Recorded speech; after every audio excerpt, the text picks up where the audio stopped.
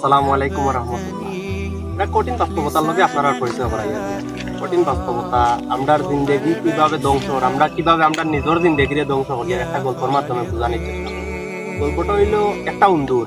এটা উন্দুর আটি আটি এক সময় গিয়া একটা চাউলের বড়টে রাম পাইছে। চাউলের বড়টে রাম পাই যা উন্দুর তো খুব সুখী মনে মনে আমি তো খুব ভাগ্যবান, আমি চাউলের ডেরাম পাইছি, কোনো মেহনত নাই কোনো কাজ নাই, খালি খানি আর ঘুমানি খালি খানি আর ঘুমানি।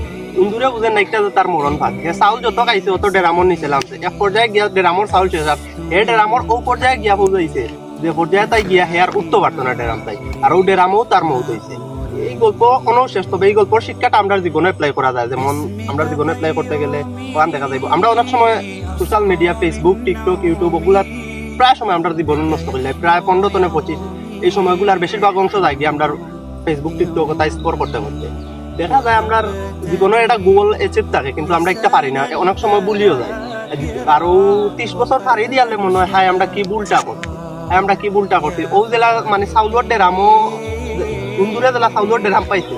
ও পর্যায়ে গিয়া আমরা একটা রিও পাই যে আমরা ফ্রিতে সস্তা বিনোদন ইউটিউব টিকটক সস্তা বিনোদনের মুখ করিয়া আমরা বলি যাই যে আমরার উদ্দেশ্য কিতা, আমরা লক্ষ্য কিতা, আর আমরা মূল সময় একটা আমরা পজিটিভ মাইন্ডসেট বা এটা মানসিক শক্তির মূল যে সময় দেখা যায় ওই সময়টারে আমরা কুয়াইলাই। এই গল্পের মাধ্যমে আমি ওই জিনিসটা আপনারা বোঝানোর চেষ্টা করছি। আসসালামু আলাইকুম।